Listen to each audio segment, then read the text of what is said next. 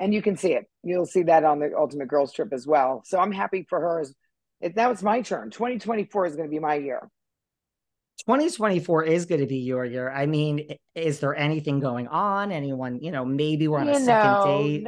Nothing. Well, yeah, I've had more than second dates, but nobody that I really want to um, announce to my children. Let's put it that way. So nobody serious. I'm just having fun. I'm loving being single. I'm busy right now. So that's why I say 2024 is going to be my year. And also I work in cycles. So divorce happened in 2017, 7 years is 2024. Interesting. Okay, well, I'm going to put these vibes out there. Listen, for the few straight guys that run into my life every now and then, I'm always keeping my eyes open for you, Luann. You better, David. You better. But I mean, yes, she has this guy. I mean, are you Oh, really? the Yes. captain on oh, and I'll probably see him at BravoCon. He's the captain of the Australian one, Oh, below yes. deck. Captain Jason. Yeah, and apparently Captain Jason put out there that he would like to meet me. So maybe we'll meet up at BravoCon. Captain Jason has put out that he would like to meet you. I mean, have you really deep dived? What is all of Captain Jason? That ain't so bad, Luann. I don't know. I haven't done a deep dive. I'm going to do Tinsley and Captain. I'm going to do both of them now. He's very easy on the eyes. Let's just put it that way. I I think know you he's very handsome. Andy showed me a picture of him. So yeah, we'll hopefully we'll connect at BravoCon.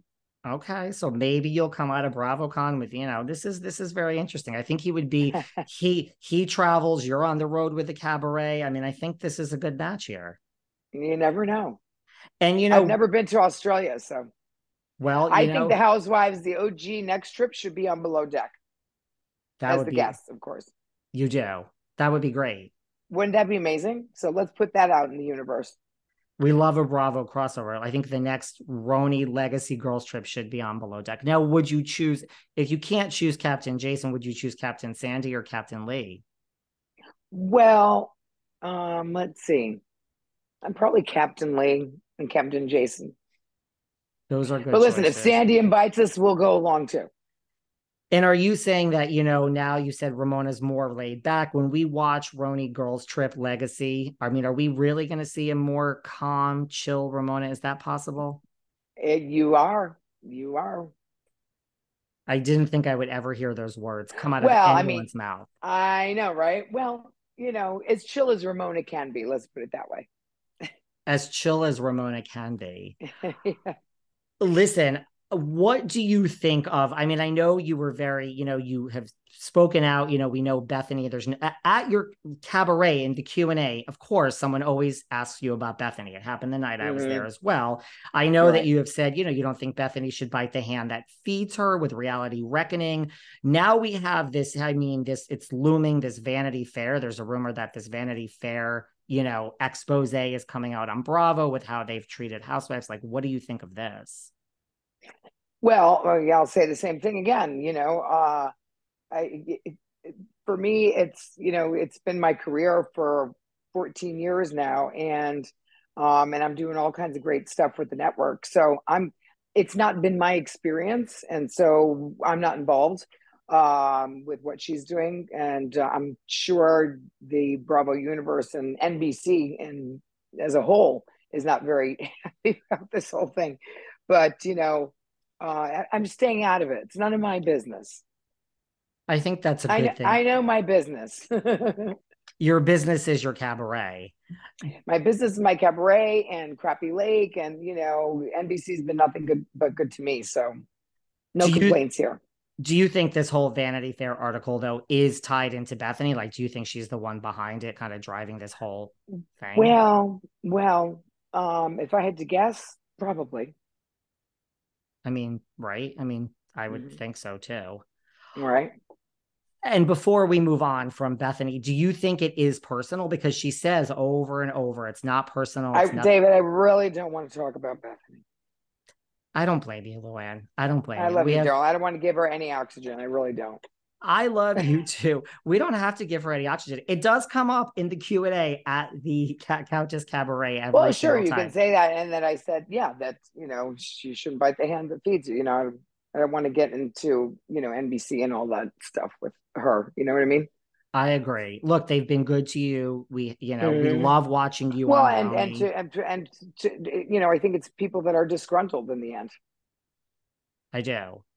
Mm-hmm. I do. Listen, it will be interesting to see how it all plays out, right? Exactly. Agreed. Agreed.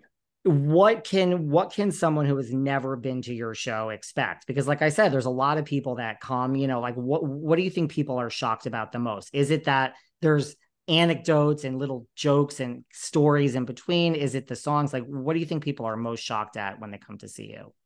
Well, I think that I put on a really good show. My director is Richard J. Alexander, and my musicians are incredible, and I have a really tight show, and it is pop culture kind of meets cabaret meets comedy, and I think people don't know what to expect, and they come out saying, "What a fantastic show!" So, that's really what keeps them coming back, and that's why I'm able to keep doing my shows and continue touring, because I do put on a good show. I work hard at it and I love it.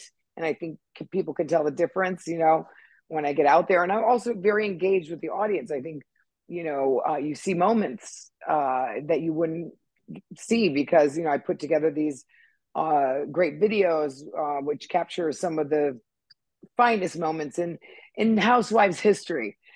So it's very engaging, and yeah, and I think that's part of the reason why people love it is people are engaged, the audience is engaged. I don't sing music that the fans don't know. I want my fans to be able to sing along, and I always say it's because and the young people they know the songs because they grew up on them. Their mother was listening to that music. They were watching Housewives with their moms.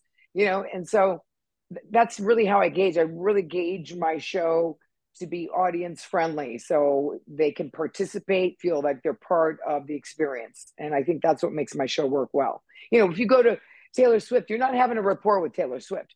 You're watching and you're hoping that she'll even look your way, but there's no, engagement with the audience really, right? Because you can't with that many people.